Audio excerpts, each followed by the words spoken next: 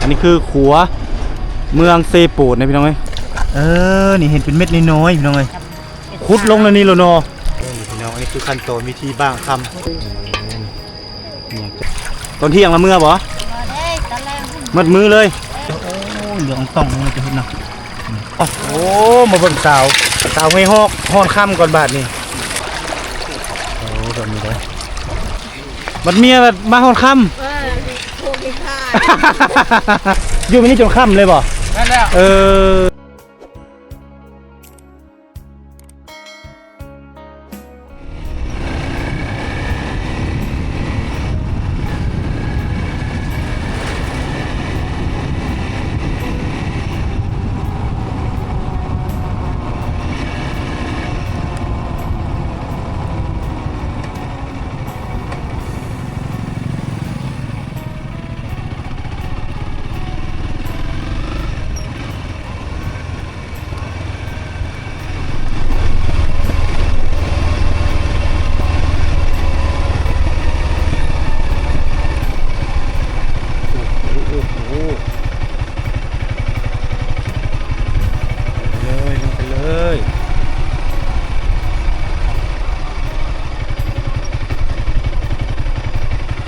น้ำซีฟู้ด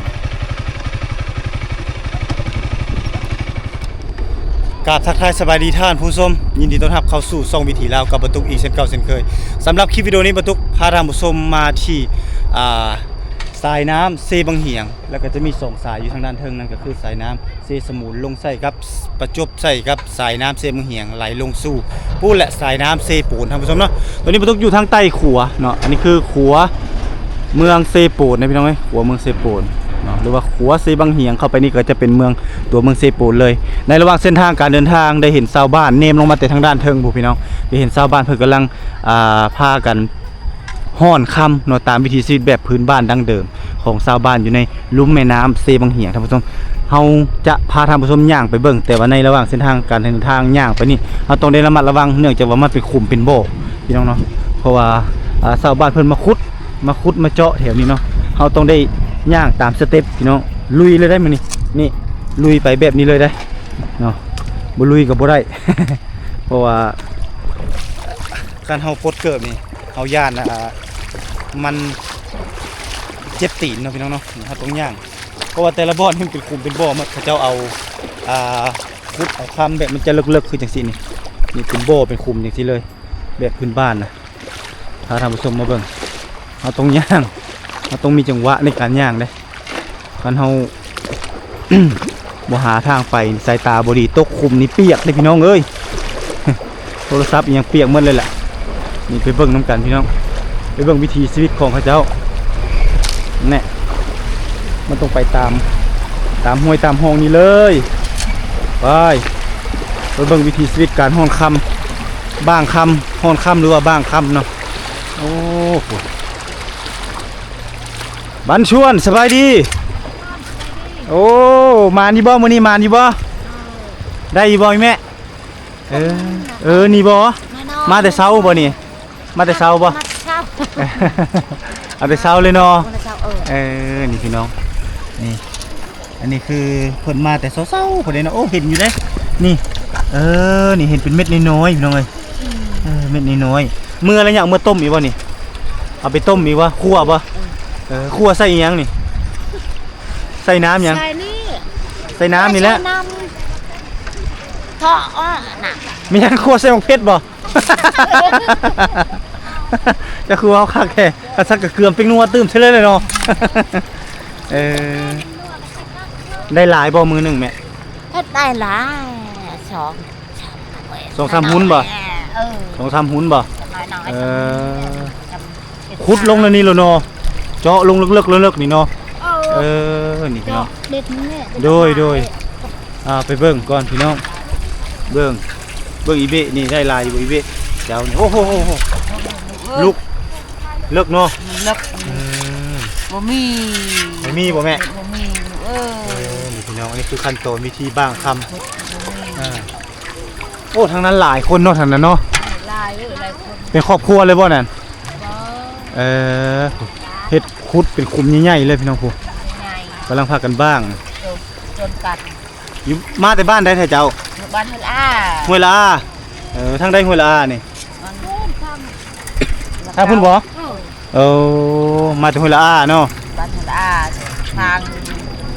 บ้านเทิงบ้าน เออ แดน ทางชายแดนพุ่นบ่ห้วยละอาเนาะ บ้านเฮลอาก ำลังพากันมาฮ้อนค่ำอันนี้เป็นวิธีของเขาเจ้ามือหนึงก็ได้ลายอยู่บ่แม่ บ่บ่ได้ลูก ได้บ่หุ่น2หุ่น บ่บ่ได้ บ่ได้ เออ เลยก็บ่เห็นเลย เออ เห็นแตะขี้มันบ่ได้ ขี้มันละบ่เอาบ่ บ่เอา เออคันเอาเราก็ตัวค่ำแล้วเนาะ คำนี่น้อยๆนี่ อันนั้นละแม่เนาะนั่นเนาะ น้อยๆนี่มัน น้อยนี่ น้อยๆ บนเมเป็นสีนี่ตัวนั้นแล้วมันค่ำเนาะ เออ สู้เนาะเพิ่นสิได้เนาะ น้อย น้อยแฮงเนาะ น้อย น้อยหลายจักฮอดจักมื้อจังได้ขายเทื่อหนึงนี่ อาทิตย์บ่ เทื่ออาทิตย์พุ่นเลยเนาะได้บ่ถ้าเทื่อหนึงนี่ขายเทื่อหนึงได้เท่าไหร่ได้จักหุ่นเทื่อหนึงนี่ จักเรื่องบ่ได้ยัง อันนี้เจ้าหากนมาบ่ โอ้ มาเบ่เฮ็ดนี่ช่องมือนี่เฮ็ด โอ้หากนมา2มื้อนี้ เออ เฮ็ดไผเฮ็ดมันบ่หรือว่าเฮ็ดนํกันนี่ ใครเฮ็ดมัน เออ มันโชคใครโชคมัน โศกไผมัน เออ นี่โอ้นี้บนแม่เพิ่นเฮ็ดเนาะนี่มากระทบซะนี่บ่ เออ นี่อยากจะลอกตรงนี้เนาะแล้วมันจะอยู่นี่พี่น้องนะอันนี้คือคำที่เพิ่นฮอดมาน้อยๆเนาะมันบ่หลายมีแต่บ่หลายเนาะเบิ่งทางนี้ดูโอ้ทางนี้ใส่หน้ากากพร้อมบ่ได้บ่ทางนี้มานอยู่บ่ได้น้อยๆเนาะมีอยู่แต่น้อยๆน้อยมาแต่เช้าบ่เจ้าแต่เช้าเลยมากินข้าวพี่บ่โอ้ตอนแรงพุ่นละมื้อเนาะมาแต่บ้านได้เจ้า บ้านได้ซื้อสนะ แต่สิงสะแหนะสิงสะแหนะแม่นเมืองนองหูบ่โอ้เจะอยู่เมืองนองเนาะจะไม่เฮ็ดดนแล้วบ่ หากระชามบ้าน หากะ3วันนี้มากับไผมากับเมียโอ้มาเฮ็ดกับเมียพี่น้องมาแต่สิงสะแหนะเมืองนองก็ไม่เฮ็ดพี่น้องเนาะทางนั้นบ้านใดทางนั้นฮู้บ่บ่ฮู้บ่แกงไผแกงมันเนาะมีหลายบ้านพี่น้องเอ้ยมาจากทางเมืองสิปูนแน่ทางเมืองนองก็มาพี่น้องทางเทิงก็บ่ฮู้จักบ้านใดโตบ้านใดหลายบ้านนี่อันนี้ก็คือข้อทรงคือสิเป็นของอ้ายเพิ่นนี่โอ้เพื่อสิได้พี่น้องเอ้ยอันบ้างค่ำนี่ก็เจ้าเฮ็ดมาขายเลยเนาะนี่เนาะตัวนี้อันนี้ไม่เขาเจ้าเฮ็ดอันบ้างนี่มาขายนี่ขั้นตอนวิธีการมีการบ้างแม่นยังอันนี้ลูกโมงติบ่แม่นโอ้ยคุมเป็นโบ้หมดแล้วเนาะแถวนี้เนาะหลายคนเฮ็ดเนาะ ยังบ่คักตกคุ้มซ้ำแล้ว ย่างบ่คักตกคุมค้ำอีกเนาะแฮงยากอีกเนาะแม่เนาะเขาเจ้าคุดแล้วมาใส่อันบ้างนี่บ้างก็ต้องแม่นผู้บ้างเป็นไม่บ้างบ่เป็นก็บ่ได้คือกันนี่โอ้มื้อเนาะคันบ้างบ่เป็นเนาะอีแม่มาแต่บ้านใด บุญมึงแซ่บมาเลย โอ้เมืองแสนนี่โอ้เมืองจันทน์เมืองแสนเฮานี่เนาะขี่รถจักรมากินข้าวพี่เลยบ่ตอนเที่ยงละมื้อบ่ บ่ได้ตะแรงพุ่น มัดมือเลยเซ่น้ำอยู่แบบนี้แหละ แซ่บแบบนี้ บัดฝนตกเลยจ้ะ ฝนตกก็อยู่ในนี่ ฝนตกก็อยู่นี่แหละโอ้ฝนตกก็บ่ได้ท้อบ่ได้ถอยมามัดมือเลยมากินข้าวอยู่พี่คิดว่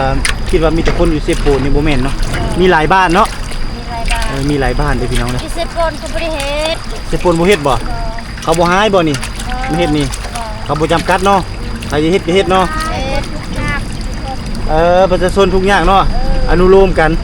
แม่นแหละพี่น้องนี่เฮาบ่ได้ใช้เครื่องจักรอันนี้เฮาใช้แต่มือเฮาเองเลยเนาะ เขาบ่ได้ให้เขาบ่มาใช้จักรให้เด้ อันนี้เฮาใช้คนเฮาเองเลยเฮ็ดนี่เด้ๆๆคือยังมีโอ้ได้หลายได้เจ้าได้รอบนี้เด้นี่แม่ป้าตัวนี้ได้หลายเนาะนี่รอบนี้ได้หลายแม่นเหลืองเฮ้อเลยมาแล้วเจ้ารอบนี้เนาะไปทอกแล้วเนาะนี่เนาะไปเบิ่งก่อนไปเบิ่งตอนแม่เพิ่นทอกก่อนเขาได้แม่ได้โอ้เหลืองต้องมันจะเฮ็ดเนาะพี่น้องอันนี้คือคำแม่เพิ่นก้อนนี้มันเป็นก้อนเหลืองแล้วก็เป็นคำมาเลยได้นี่เด้อโอ้นี่เห็นแล้วพี่น้องนี่อันนี้คือคำ อยู่ถึกบ่อนเด้ออีแม่นี่เด้อเป็นคักเหลืองเป็นก้อนอยู่พี่น้องนี่คือเม็ดคำเม็ดตัวที่เราเห็นเป็นเหลืองๆแล้วเนาะระยิบระยับนั่นคือคันเพื่อสิได้บ่เป็นของง่ายโอ้ทางด้านเทิงพวกกะเต็มเลยได้พี่น้องเอ้ยความเลิกเปล่า เพียงคอเลยเนาะอันนี้มาขุดบ่อนของเขาอีกว่านี่ คุมเขาเองนะ คุมเจ้าเองแล้วจื้อเลยเนาะของใครของมันเนาะ ใครของมันนะใครสิลงคุมเขาหายนะ เขาหายบ่บ่อนแถวนั้นมีเจ้าหมดเลยเนาะโอ้คุมไป เขาได้มาเขาลงมันเขามาแล้ว ท่านเขามาแล้ว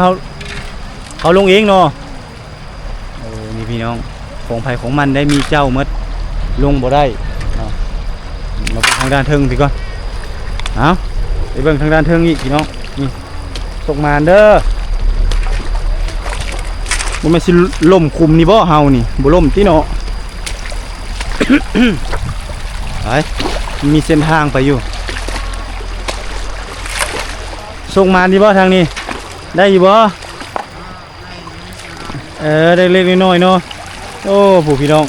อันนี้คือจะเป็นน้ำกินแน่เนาะแล้วก็เข้าน้ำซ้ำป่าได้นี่ได้อาหารการกินเต็มอยู่นี่แหละนี่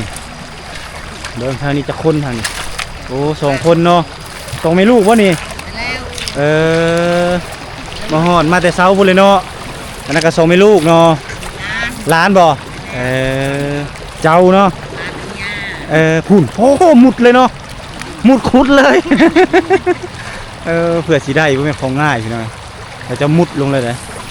เบื้องทางนี้เอาท่อนี้ละนี่มาจากบ้านใดนี่ห้วยห้องบ่โอ้บ้านห้วยห้องห้วยฮอกเนาะบ่เป็นห้วยห้องเนาะห้วยฮอกบ้านห้วยฮอกเนาะนี่นะเอ้าเฮ็ดอีละยังเป็นผู้สาวอยู่บ่นี่ผู้สาวเนาะโอ้มาเบิ่งสาวห้วยฮอกฮ้อนค่ำก่อนบาดนี่โอ้คักดอกเลยนี่ครั้งแรกเด้อพี่น้องได้ลงมาสายซีนมาเบิ่งผู้สาวฮ้อนค่ำมาจากมืออะไรนะ2 มือบ่ก็มา2 มือพี่น้องฮ้อนค่ำเลิกเนาะนี่เลิกลงเลยนี่นะได้หลายบ่แต่ละเทื่อนี่หรือว่าหากมาแต่2 มือนี้ลายมือละโอ้มาเฮ็ดนี่ลายมือเลยเนาะเพราะแต่ว่าเริ่มไหม้นี่2 มือนี้อาทิตย์นึงบ่จะได้ขายเท่านึงนี่ฮะแล้วเลยบ่ตอบเลยผู้สาวนี่ พี่อายบ่ชื่อหยังนี่ฮะนางแก้วมณีโอ้นางแก้วมณีมาฮอดค่ำเนาะมื้อนี้เนาะ ส่งมานี่ว่าเอาเบิ้งนี่ไอ้ทารุนอยู่ด้านนี้เด้อทารุนนำนางแก้วมณีเพิ่นพี่น้องแก้วมณีมาห่อนคำมันเดี๋ยวมาแต่ละเทื่อได้หลายบ่ได้ปะบ่ได้ปานใดเนาะได้มีอยู่บ่โอ้ได้เห็นเลื่อมอยู่เด้น่ะยิบยับอยู่เด้น่ะแม่นบ่เบิ่งเด้อไอ้นางแก้วมณีเพิ่นเป็นคนห่อนสิเป็นคนถ่ายมีบ่โอ้น้อยเนาะน้อยหนึ่งเนาะ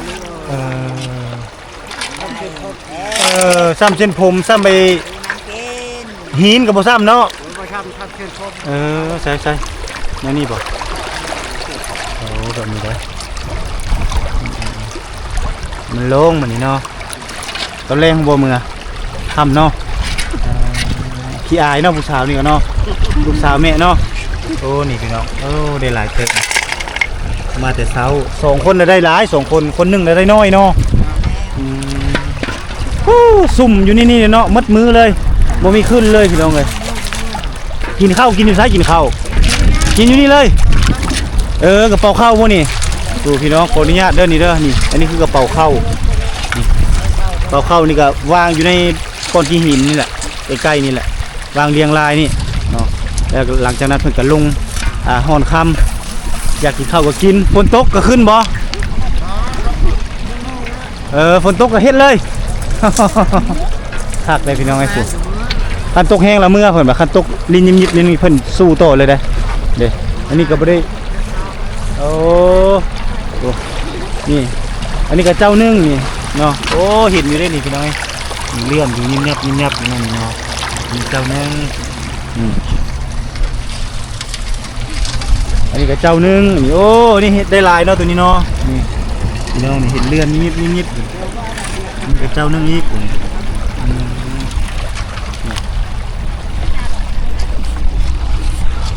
อันนี้ก็สองแม่ลูกบ่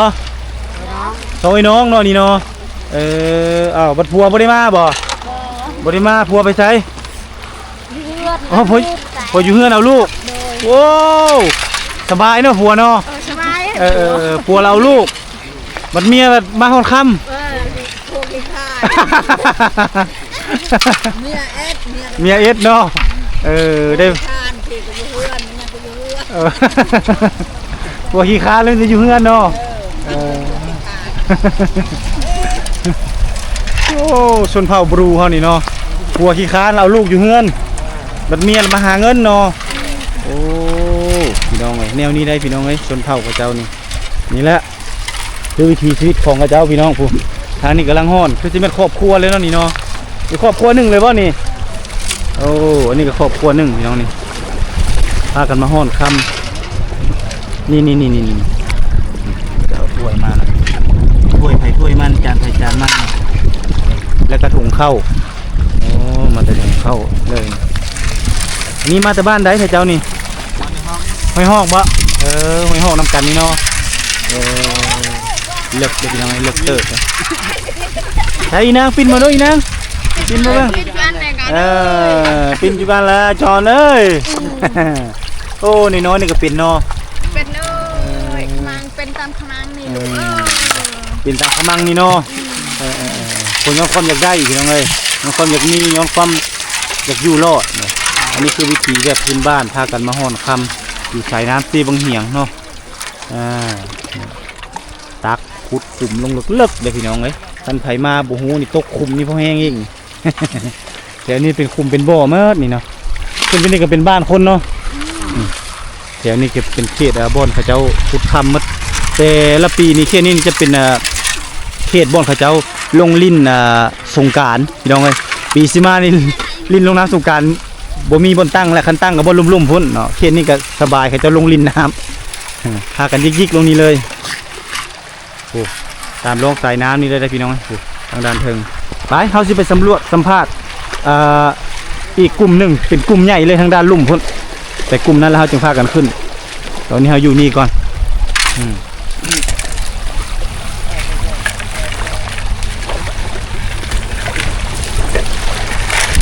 นี่เป็นทางหมวกน้ำเนาะเป็นทางหมวกพร้อมแล้วก็เป็นทางบนห้อนคำพร้อมเนาะบางคำพร้อมเนาะผักเนาะเอาห้อนี่อีกนะผักเนาะอันนี้ก็ซื้อเอาบ่นี่ซื้อเนาะโอ้อันเท่าไรนี่เขาจะขายฮะ400,000บ่นี่โอ้เป็นโยมเหรอโยมเนาะโอ้400,000กี่เอาให้ได้หลายๆเด้ออีนางเด้อไอ้โศกมาได้ไหมเด้อไปก่อนเลยให้ได้หลายๆให้ได้คำก้อนใหญ่เด้อมื้อนี้เด้อในคำเป็นโลผู้สบายเลย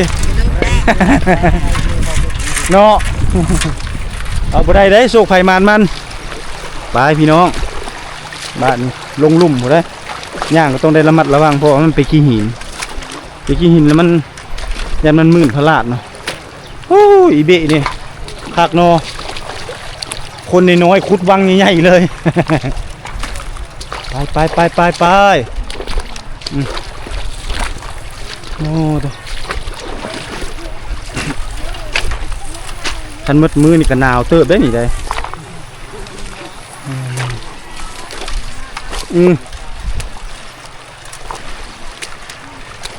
อย่างตัวนั้นมัดระวังถ้าไปเตะอันนั้นเขาเจ้าระบบแห้งแล้วเป็นโทษเขาเจ้าอีก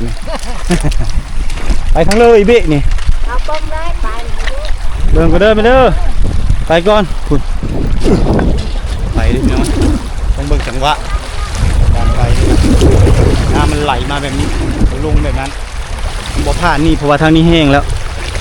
แห้งเลยดิสายน้ำเซโปนลงไปทางนี้ก่อนทางนี้เขาจะมาเป็นกลุ่มใหญ่เลยกลุ่มก้อนใหญ่เลยนะต้องเบิ่งตามจังหวะว้าย โอ้ไหลแห้งเนาะอยู่นี่ไปได้บ่เพาะอยู่นี่ได้บ่ได้เนาะหนาวเลยทางนี้สะแงดแล้วเนาะฮ้อน กระเต้า หัวบ่โยโอ้บ่ได้สมบูรณ์จักนี่โอ้เลิกเกิดเบิดบื้อเลยทางนี้อึดโอ้ได้อยู่นี่น้ำไหลแห้งทางนี้เนาะอ๋อตัว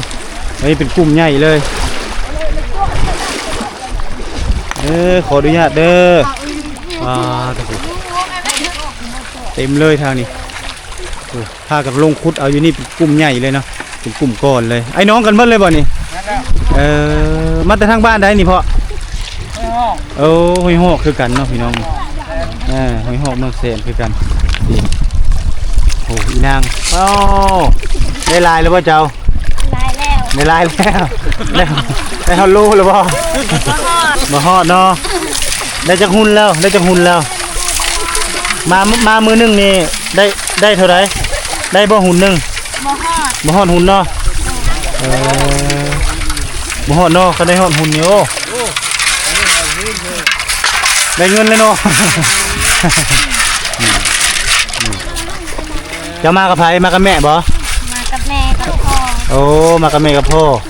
เฮ็ดนำกันบ่ โดย โอ้เฮ็ดนำกันเนาะหาเงินเข้าโรงเรียนบ่อีนาง โดย พี่น้องดูเพิ่นมันเนาะมาหาเงินเข้าโรงเรียนนี่เขาเจ้ามาเป็นกลุ่มใหญ่เลยนี่ผู้น้อยๆน่ะก็มาเนาะฮ้อนเป็นเนาะอีนางเนาะเจ้าก็เนาะฮ้อนข้ามเป็นไงโอ้เห็นหน้ากากอันนี้มีแต่ดำปลาอันนี้ดำค่ำพร้อมบ่ เห็นปลาครับ เอาเลยเนาะ เอาเลยแหละเรือยังไงเรือแต่ก้อนหินนี่เรือ นี่พี่น้องเขาจะมาเป็นกลุ่มเป็นก้อนคักเด้อันนี้คือความอยากได้ความอยากมีเนาะบ่เฮ็ดบ่มีอยู่บ่มีกิน ไอ้มดสมาประเทศ ได้มื้อเนาะ ไอ้มด ฝุ่นโอ้ เชือดำมันผักดำแทงได้ก็มี ยังได้ลายวะ ลายเลยมันเฮ็ดผู้เดียวมันเลย ตัดมาพี่น้องมาผู้แซ่ผู้สาวก็มา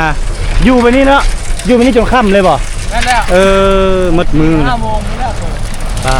ท่านไผนาวเราขึ้นมาซะก่อนว่าไผนาวเราขึ้นมาซะก่อน ไอ้นาวขึ้นมาก่อน ไปแล้วลงไหม ลงไว้ นี่พี่น้องเอ้านี่คือวิถีชีวิตของเขาเจ้าพี่น้องเอ้ยพาท่านผู้ชมมาเก็บเอารูปภาพบรรยากาศ ได้แล้ว แม่น ได้ทุกอย่าง อันนี้เขาเอิ้นว่าวิถีชีวิตแบบบูฮานดั้งเดิมเนาะที่มาเก็บมาฝากมาต้นนี่อันนี้คือคำอันนี้คือคำเนาะคำดิบแล้วมันเขาเจ้าซิมาต้มมีได้นี่ได้ นั่นแหละ นี่โอ้นี่ได้หลายตัวนี้เห็นเริ่มยิบยับอยู่นี่บ่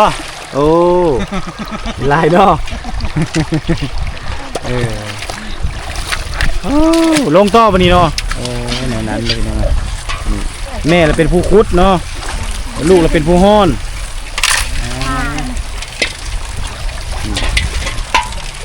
กะเบิ่งอีกอย่างหนึงกะม่วนไปอีกแบบพี่น้องเพราะว่าเขาเจ้ามันหลายคนเด้หลายคนมาคุดทางด้านเทิงเป็นซ้ายเลยเนาะนี่คือวิถีชีวิตของชาวบ้านลุ่งแม่น้ำสายซีบังเหียนที่มีวิถีชีวิตแบบดั้งเดิมบูฮานก็คือการฮ้อนค่ำหรือว่าบ้างค่ำเขาเคยได้ยินแต่ทางบ้างค่ำทางเมืองวิระบุรีแต่ลงมาเขตนี้ก็เป็นเขตไหลลงมาแต่พุ่นแหละทางสายสมูลแล้วก็สายเซบังเหียงเนาะเขตจุดสุ่มเจียงตู้ไหลลงมาใส่แม่น้ำนี่แหละสายแม่น้ำเซโปนลงไปนี้โดยที่ว่าเขาจะมาฮ้อนอยู่ที่นี่แหละติดกันกับเมืองเซโปนเลยเป็นการฮ้อนค่ำบ้างค่ำแบบบูฮานดั้งเดิมที่เขาเจ้าซื้ออันบ้างค่ำแล้วก็พากันมาบ้างโดยมีจกมีสวนพากันมาขุดเป็นคุมเป็นบ่อดังที่เห็นนี่แหละเอาข้าวเอาน้ำมากินอยู่พี่เลยมัดมือเลยเขาเจ้าจึงจะพากันขึ้นเมือเนาะซึ่งว่าอาทิตย์นึงเขาเจ้าจะขายเท่านึงบางคนก็ได้ประมาณ2หุ่น3หุ่น4หุ่น5หุ่นอิงตามโชคพี่น้องเอ้ยเขาเจ้าก็จะมาเป็นครอบครัวแน่เนาะเป็นกลุ่มแก๊งเนาะหรือว่าเป็นผู้บ่าวสาวเนี่ยก็มีหรือว่าผู้บ่าวผู้สาวก็พากันมาบางคำห่อนคำในช่วงระยะที่ว่าเขาจะพักเฮียนหลังจากนั้นก็ยามเปิดเทอมเขาเจ้าก็จะพากันเอาเงินส่วนที่เขาเจ้าได้จากการบางคำนี้ไปหาซื้อ เครื่องนุ่งของถือเพื่อจะเข้าโรงเรียนตุ้มบิ๊กโซเป็นอย่างต่างๆเอาอันนี้คือรูปภาพบรรยากาศเนาะที่ประทุกได้มีโอกาสเดินทางมาเก็บเอามาฝากมาต้อนท่านผู้ชมก็หวังว่าจะแบ่งปันความสุขให้กับท่านผู้ชมที่เข้ามาติดตามรับชมรายการทางส่องวิถีลาวของประทุกนี้บ่น้อยก็หลายพบกันใหม่คลิปหน้าวิดีโอหน้าท่านผู้ชมสำหรับคลิปนี้ประทุกขอลาท่านผู้ชมไปก่อนสบายดี